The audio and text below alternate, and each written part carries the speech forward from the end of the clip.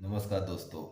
आपने ऐसी कई फिल्म देखी होंगी जो सच्ची घटना से इंस्पायर होती है, लेकिन आज हम एक ऐसी कहानी देखने वाले हैं जो फिल्मों से इंस्पायर है। वो भी फिल्म भी कौन सी, दृश्यम और दृश्यम 2।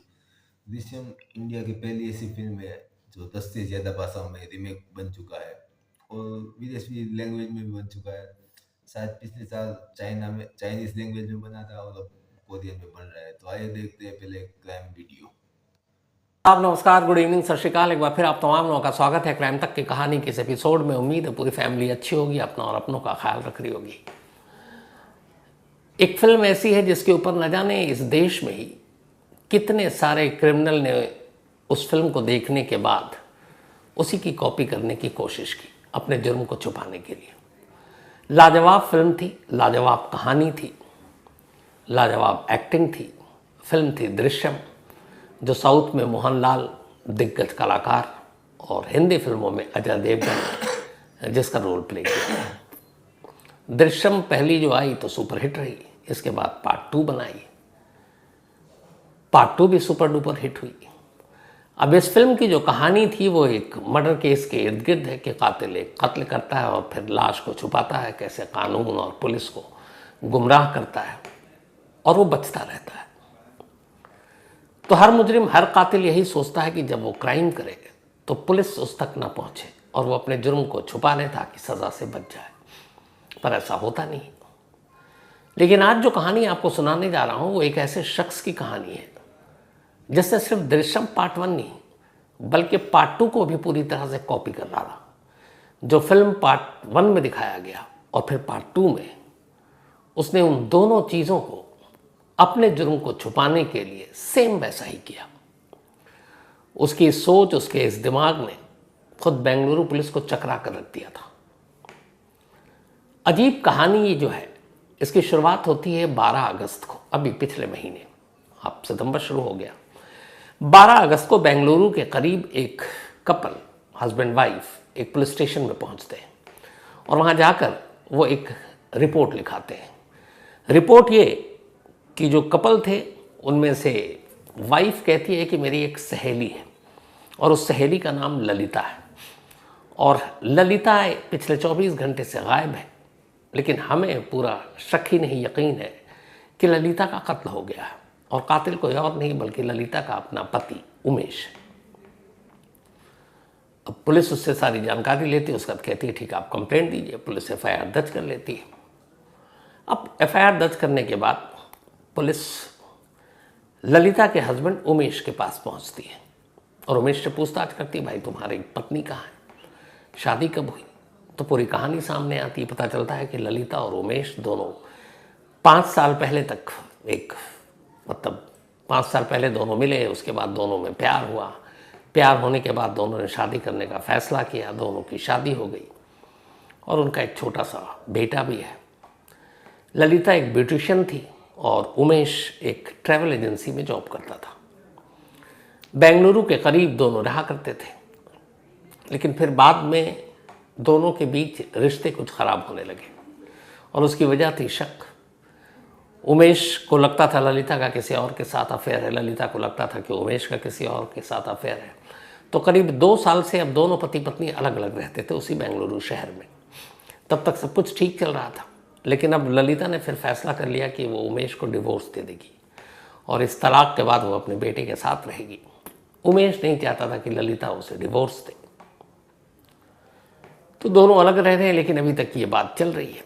तभी 11 अगस्त को उमेश की वाइफ ललिता अपनी सहेली के पास पहुंचती है और कहती है कि अभी भी मेरे पास उमेश का फ़ोन आया और वो इस डिवोर्स और बाकी चीज़ों के लिए कह रहा है एक बार मिल बैठ के बात कर लेते हैं ताकि अदालत के बाहर कुछ समझौता हो जाए। तो तुम एक इतने बजे जहाँ मैं कहता हूँ वहाँ आ जाओ, बैठ के बात कर लेंगे। तो ललिता अपनी सहेली से कहती कि देखो मैं जा तो रही हूँ, लेकिन मुझे अजीब लग रहा है, पता नहीं उमेश के मन में क्या चल रहा है, मुझे डर भी लग रहा है, लेकिन मुझे ये ख़त्म भी करना है सारा मामला। तो तुम मुझे अपनी स्कूटी दे दो, मैं स्कूटी पे जाती हूँ और फिर लौट कर शाम को स्कूटी दे दूँगी। ललिता की सहेली उसे अपनी स्कूटी दे देती है, लेकिन साथ ही वो कहती है कि देखो मैं तुमको ना अपना लाइव लोकेशन भी दे रही हूँ, क्योंकि पता नहीं उमेश पे मुझे यकीन नहीं है। तो मैं लाइव लोकेशन दे रही हूँ, अगर मैं लौट के ना हूँ तो तुम पुलिस में इन्फॉर्म कर देना। अब ललिता अपना लाइव लोकेशन अपनी सहेली को देती है और उसके बाद वो चली जाती है। लाइव लोकेशन बेंगलुरु से करीब 60 किलोमीटर दूर एक जंगल का इलाका था, वहाँ तक जाकर रुक जाता है। तब तक रास्ते में बीच में 1-2 बार बात भी हुई सहेली से। उसने कहा बस मैं पहुँचने वाली हूँ। आखिरी शाम को 6:11 पर मोबाइल बंद हो जाता, उससे पहले बातचीत हो रही थी ललिता की। अब सहेली परेशान की है, वहाँ पहुँची है, मोबाइल स्विच ऑफ है, फिर उसे लगता है शायद बैटरी ख़त्म हो गई या फिर वहाँ पे नेटवर्क नहीं है, कोई इशू है। लेकिन खैर वो इंतज़ार करती है क्योंकि सहेली बता कर गई थी कि मुझे अपने पति पे यकीन नहीं है। शाम से रात हो जाती है, ललिता लौटती नहीं है, न स्कूटी लौटाने के लिए। देर रात अचानक अब उमेश पहुँचता है ललिता की उसी सहेली के घर जहाँ से उसने स्कूटी ली थी, और वो स्कूटी पे ही आता है और उसको स्कूटी दे देता है। कहता है ये स्कूटी। सहेली पूछती है कि मेरी दोस्त ललिता कहाँ है, तो उसने कहा कि ललिता को मैंने बस स्टॉप पर छोड़ दिया, वो शायद अपने घर चली गई हो। इधर मोबाइल बंद है, ललिता जाने से पहले ही शक जता चुकी है। सहेली को अब शक होता है, वो अपने पति से बात करती है। पति कहता है एक बार रात भर देख लेते हैं। उसके बाद सुबह होती है, ललिता का कोई सुराग नहीं, मोबाइल बंद। जहाँ ललिता रहती थी वो वहाँ भी नहीं पहुँची। अब सहेली को कुछ गड़बड़ लगता है और वो 12 अगस्त 2024 को पुलिस स्टेशन पहुँचती है और रिपोर्ट लिखा देती है अपनी सहेली की मिसिंग की। अब ये सारी बातें वो पुलिस अफसर को बताती है कि वो अपना लाइव लोकेशन देकर गई थी, इतने बजे लास्ट कॉल हुआ था, बंद हो गई। अब पुलिस जो है उमेश को उठाती है और उससे पूछताछ करती है, तो वो वही कहानी सुनाता है कि मैं गया था, डिवोर्स के बारे में बात करनी थी, मैं लौट आया और उसे मैंने ड्रॉप कर दिया बस स्टॉप पे। उसके बाद वो कहाँ गई मुझे नहीं मालूम। लेकिन पुलिस को डाउट था, तो पुलिस के पास एक लाइव लोकेशन था। पुलिस ने कहा चलो इस लाइव लोकेशन तक चलते हैं। उमेश को लेकर पुलिस उस लाइव लोकेशन तक पहुंच गई जो लास्ट दिखाया था, क्योंकि लाइव लोकेशन इस सहेली के पास था। जब वहाँ पहुँचे तो पहुँचने के बाद देखा आसपास में तो जंगल है और कुछ है नहीं, और वो भी बड़ा घना जंगल। अब पुलिस के दिमाग में ये सवाल था कि आखिर इतनी दूर इस जंगल के इलाके में आकर लाइव लोकेशन बंद क्यों हो सकता है, वजह क्या थी। फिर उमेश से वो थोड़ा ठीक ठाक तरीके से पूछताछ करते हैं। उमेश टूट जाता है। फिर उमेश कहानी सुनाता है, कहता मेरी बीवी मुझे डिवोर्स दे देती, बहुत सारी चीज़ें थी कोर्ट में, मुझे कंपनसेशन पैसे ये सब देने थे, फिर हो सकता है मेरे बेटे को भी ना मिलाए, तो इसीलिए मैंने उसको पहले समझाने के लिए बुलाया था। मैं अपने साथ ले गया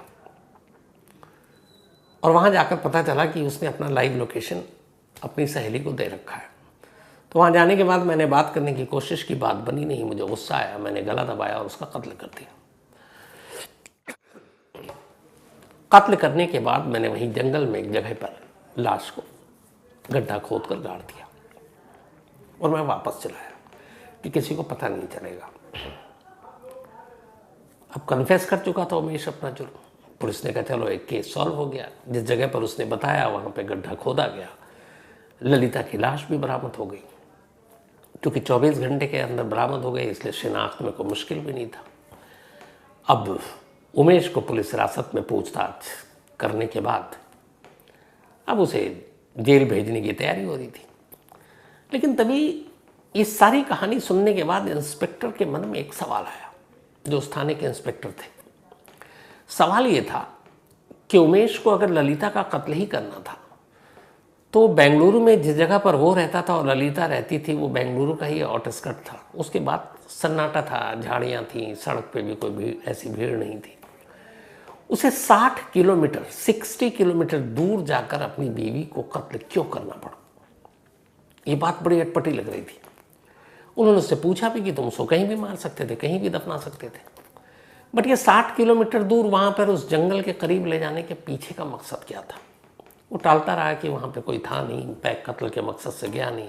पहले तो बातचीत करनी थी, बातचीत कामयाब नहीं हुई, फिर मैंने गुस्से में मारा और वहाँ पे सन्नाटा था, मैंने दफना दिया।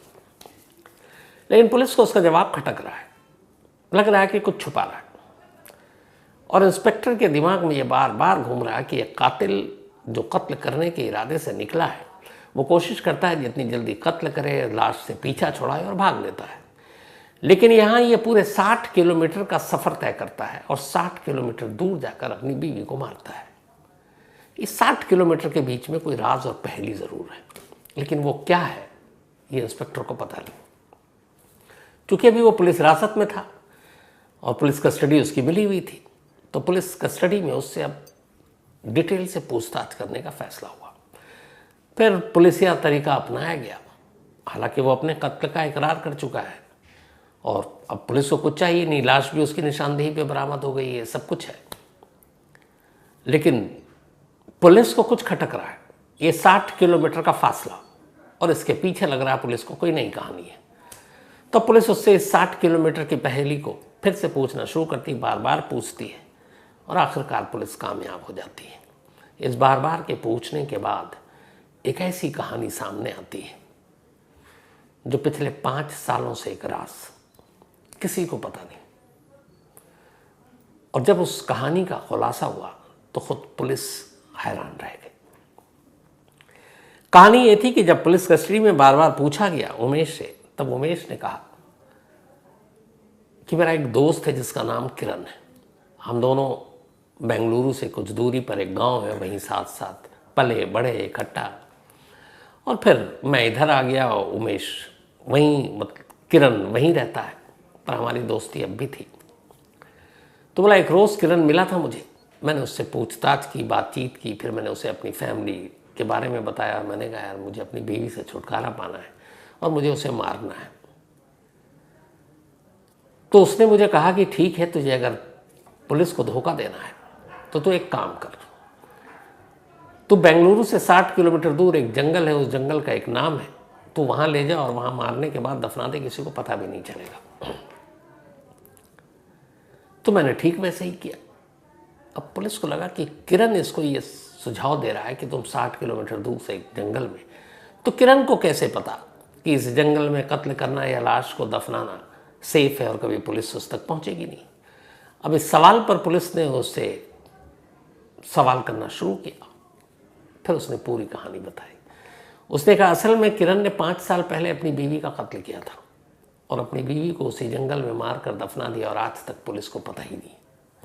अब जब पुलिस के सामने ये कहानी आई तो पुलिस की भी होश उड़ गए कि एक शख्स 5 साल पहले कत्ल किया हुआ और आज तक किसी को पता ही नहीं है, कैसे मुमकिन है।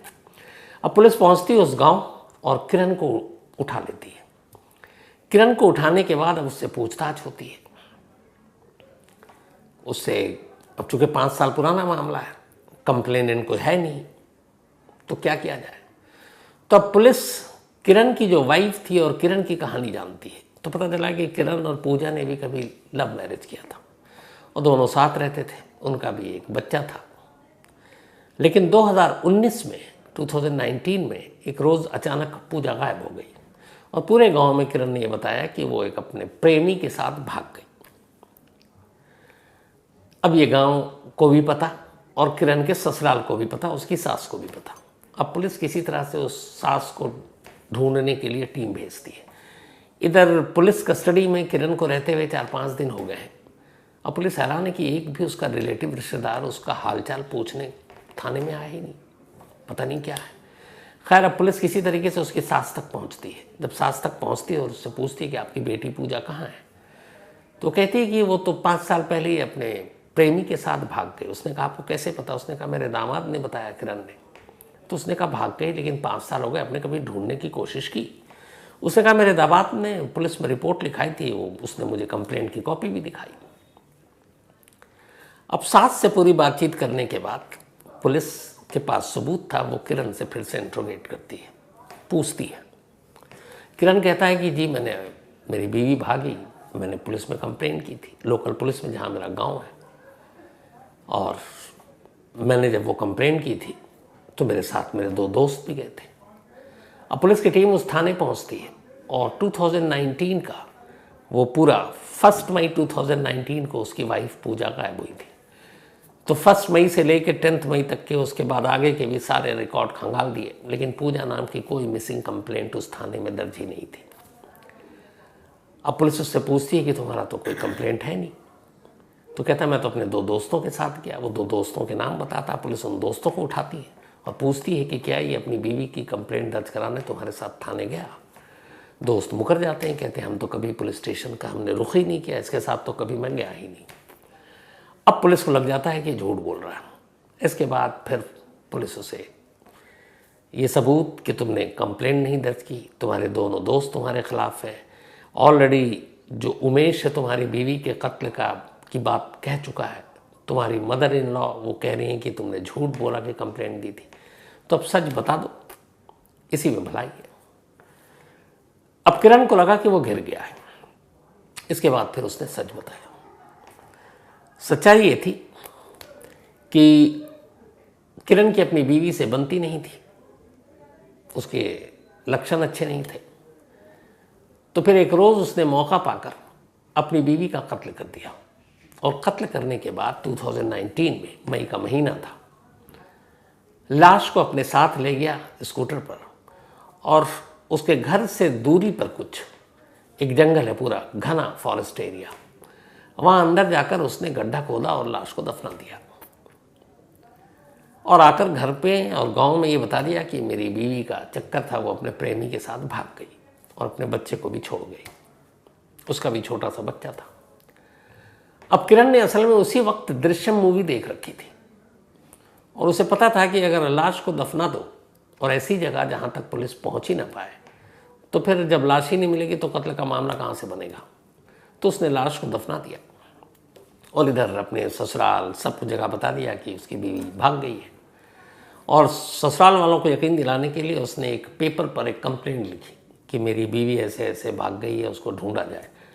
और वो कंप्लेंट जाकर ससुराल में और अपनी सास को दिखाता कि देखो मैंने तो ये कंप्लेंट दे दी, उसकी कॉपी है, जबकि वो खुद कभी पुलिस स्टेशन नहीं गया उस कंप्लेंट को दर्ज कराने के लिए, क्योंकि वहाँ रिकॉर्ड था ही नहीं। अब बीवी को दफना दिया, लेकिन जहाँ दफनाया वो महीने में एक बार उस जंगल में ज़रूर जाता अपनी बीवी के उस कब्र को देखने के लिए जहाँ उसने दफनाया था। महीने में चुपचाप से जाता, देखता कि सब बराबर है, वहाँ घास उगाया कुछ नहीं है, फिर मुस्कुराता और लौट आता। ये सिलसिला 2 साल तक चलता रहा, बल्कि 3 साल तक, नहीं 2021 तक। 19 में उसने कत्ल किया, 2021 आ गया, और इस दौरान वो हर महीने एक चक्कर ज़रूर मारता। मतलब अब तक वो 20-25 बार उस जगह पर हो आया, खुद को तसल्ली देता कि अब भी लाश ज़मीन के अंदर है। इसी दौरान हुआ ये कि अब 2021 में फॉरेस्ट डिपार्टमेंट ने ये डिसाइड किया कि जंगल का वो हिस्सा जहाँ इसने अपनी बीवी की लाश दफनाई थी, वहाँ पे खुदाई कर एक पूरा बाड़ा टाइप लगाने का। उसकी वजह ये थी कि घना जंगल था, वहाँ हाथी बहुत थे और भी कुछ जानवर थे, तो वो उसको क्रॉस करके बस्तियों में ना पहुँच जाए, तो इसलिए वहाँ पे उसको कुछ झाड़ियाँ काटनी थी, पेड़ काटने थे, और एक पूरा एक रास्ता वो ब्लॉक करना था ताकि जंगली हाथी और बाकी बस्तियों में ना आए, ताकि उत्पात ना मचाए। अब चूंकि ये हर महीने जंगल में जाता था, इसलिए जंगल की गतिविधियों पर इसकी नज़र थी। 2021 में गया तो अचानक एक देखा, वहाँ देखा हलचल है, फॉरेस्ट डिपार्टमेंट के लोग हैं, वो नपाई कर रहे हैं, नाप रहे हैं कहाँ से कहाँ तक वो बैरिकेड लगाना है, जालें लगानी है। इसे लगा पता नहीं क्या हो रहा है। ये गया, इसने बड़े मासूमियत से किसी से पूछा भाई क्या है, तो उसने कहा जंगली जानवर बस्तियों में ना आए इसलिए हम घेराबंदी कर रहे हैं। और इत्तेफाक से जो घेराबंदी का रूट था वो उसी तरफ था जहाँ से उसकी बीवी की लाश दफन थी, और उसके लिए ज़मीन में खुदाई भी हो रही थी, क्योंकि आपको अंदर ज़मीन के जाली वाली और खंबे वंबे लगाने थे। अब पहली बार किरण डरा कि अगर इन्होंने खुदाई की तो बीवी की लाश निकल आएगी, जब बीवी की लाश निकलेगी तो फिर उसे सब पता था DNA वीएनए, तो वो पकड़ा जाएगा। अच्छा, ये सब कुछ जब चल रहा है, इस दौरान में दृश्यम 2 आ गई, और दृश्यम 2 में सेम था ये कि पहले पार्ट में एक मर्डर होता है, एक पुलिस स्टेशन बन रहा है, उसके नीचे वो लाश दफना देता है, और उसके बाद फिल्म ख़त्म हो जाती है। अगले एपिसोड में ये था कि कभी ना कभी तो ये पुलिस स्टेशन में से लाश बाहर आ सकती है कंकाल की शक्ल में, तो पकड़े जाएंगे। तो वो वहाँ से कंकाल निकालता है, फिर उसे जलाता और ले जाकर दूसरी जगह कहीं पर दफना देता है, तो पकड़ में नहीं आएगा। यही कहानी है दृश्यम 1 और 2 की। अब इसने दोनों पार्ट देख रखी है। इधर फॉरेस्ट डिपार्टमेंट वाले आ गए, अब वो उनकी खुदाई होनी है, इधर किरण को डर है कि खुदाई होगी तो उसकी बीवी की 2 साल पुरानी कंकाल बाहर आ जाएगी और फिर क्या पता वो भेद ही खुल जाए, क्योंकि मन में डर तो होता है जो जुर्म करता है। उसने कहा कि इससे पहले खुदाई उसे कुछ करना पड़ेगा। अब दृश्यम 2 की सारी कहानी उसके दिमाग में घूमने लगी। एक रोज़ शाम के अंधेरा जंगल में पहुंचता है। फॉरेस्ट डिपार्टमेंट के कोई लोग थे नहीं, क्योंकि अभी तक काम शुरू नहीं हुआ था खुदाई का। वो पहुंचता है, उसे वो जगह मालूम थी, जाता है, कब्र खोदता है अपनी बीवी की, जहाँ उसने दफनाया था 2 साल पहले। खोदने के बाद वो कंकाल, अब उसके कुछ दांत, बाकी हड्डियाँ, ये सब बाहर निकालता है। बाहर निकालने के बाद कुछ दूरी पर जाता है, वहाँ ले जाकर वो सारी चीज़ें रखता है अपने साथ। पेट्रोल लेकर आया था, वो उसको जलाता है। अब चूँकि सारी चीज़ें पूरी तरह से तो जलेंगी नहीं, पर जितनी जली उसको जलाने के बाद वो सारी चीज़ें फिर से इकट्ठा करता है, वो बोन, टीथ और बाकी जो कंकाल के पार्ट्स हैं, और फिर ले जाकर वो एक दूर जंगल के पास एक फार्म हाउस था किसी का। जंगल के किनारे बहुत सारे लोग बड़े बड़े फार्म हाउस बनाते हैं। उस फार्म हाउस के पीछे जाकर फिर वो गड्ढा खोदता है और वो अब जले हुए उन सारे चीज़ों को वहाँ ले जाकर दफना देता है। मतलब 2 साल तक वो सारे पार्ट्स जंगल के एक जगह पे गड्ढे में रहे। 2 साल बाद जब फॉरेस्ट डिपार्टमेंट खुदाई के लिए आई तो उसने फिर से निकाला, फिर से जलाया और ले जाकर अब दूसरी तरफ दफना दिया। सेम दृश्यम 2 वाली कहानी उसने असली ज़िंदगी में अपनाई। अब ये करने के बाद वो बेफिक्र हो गया। उसके बाद 2021 से जंगल में काम शुरू हो गया, गड्ढे वड्ढे भी सब निपट गए, लेकिन किरण बचा रहा, इसलिए कि कुछ मिलना ही नहीं था। अब 2024 में उसके दोस्त उमेश के साथ उसकी पत्नी का यही विवाद शुरू हुआ और वो उसने उससे सलाह ली। तब उसने कहा कि तू एक काम कर, वहाँ से 60 किलोमीटर दूर ये जंगल है, वहाँ पहुँच, वहाँ मार, वहाँ दफना दे, किसी को पता नहीं चलेगा। आज तक मेरे बारे में पता चला क्या? चूँकि जिगरी दोस्त था, उसने अपना राज उगल दिया और यहीं उसने गलती की। और उसी के कहने पर उमेश ललिता को ले गया और वहीं बुलाया और वहीं मार दिया। अब जब ये कहानी आई तो एक पुलिस की टीम पहुंची, पहले उस गड्ढे पर जहां उसने बताया, वो तो फॉरेस्ट डिपार्टमेंट ने मटियामेट कर दिया था। फिर उस जगह पे जो फार्म हाउस के पीछे था, पुलिस की टीम पहुंचती है उस जगह पर, उसके बताए हुए जगह पे खुदाई होती है और अंदर से कंकाल के टुकड़े, दांत, हड्डियाँ, ये सब मिलती हैं। फॉरेंसिक टीम के साथ गई थी बेंगलुरु पुलिस, वो सारी चीज़ों को सहेजती है और उसके बाद उसे फॉरेंसिक लैब भेज दिया जाता है। ये बात अभी हफ्ता भर पहले है। अब फॉरेंसिक लैब से उसकी रिपोर्ट आनी है। जो पूजा की माँ है उससे ब्लड सैंपल ले लिया गया ताकि डीएनए मैच कराया जा सके।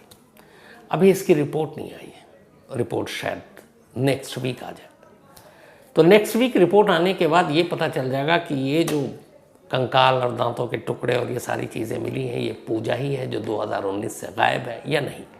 लेकिन चूंकि ये सारी चीज़ें किरण की निशानदेही और गवाही पर मिली हैं, इसलिए उम्मीद यही है। और चूंकि बीवी पिछले 5 साल से गायब है, 2019 से कभी दिखी नहीं, कहीं मिली नहीं, तो यही है कि ये किरण की ही बीवी पूजा है। डीएनए टेस्ट का इंतज़ार है। ये डीएनए टेस्ट की रिपोर्ट जैसी आएगी मैं आप तक ज़रूर पहुंचूंगा। लेकिन देखिए कमाल कि एक अच्छी खासी फिल्म, एक अच्छी क्राइम थ्रिलर, बेहतरीन दृश्यम की कहानी, लेकिन हमारे यहाँ ऐसे क्रिमिनल्स की कमी नहीं है जो यहाँ से सारे आइडियाज़ भी चुराते हैं। और किरण ने तो इस मामले में सारी चीज़ें ही पार कर दी। उसने पार्ट 2 से पहला चुराया और जो पार्ट 1 से, और फिर पार्ट 2 जब जंगल में खुदाई तो उसको इम्प्लीमेंट किया। यानी उसने दोनों फिल्मों की दोनों कहानियों को असली ज़िंदगी में उतार दिया। तो ये थी आज की कहानी। तो कैसा लगा वीडियो अच्छा लगा तो लाइक कीजिए, शेयर कीजिए, सब्सक्राइब कीजिए और ऐसी क्राइम स्टोरी पे रिएक्शन देखने के लिए हमारे चैनल को सब्सक्राइब कीजिए। धन्यवाद।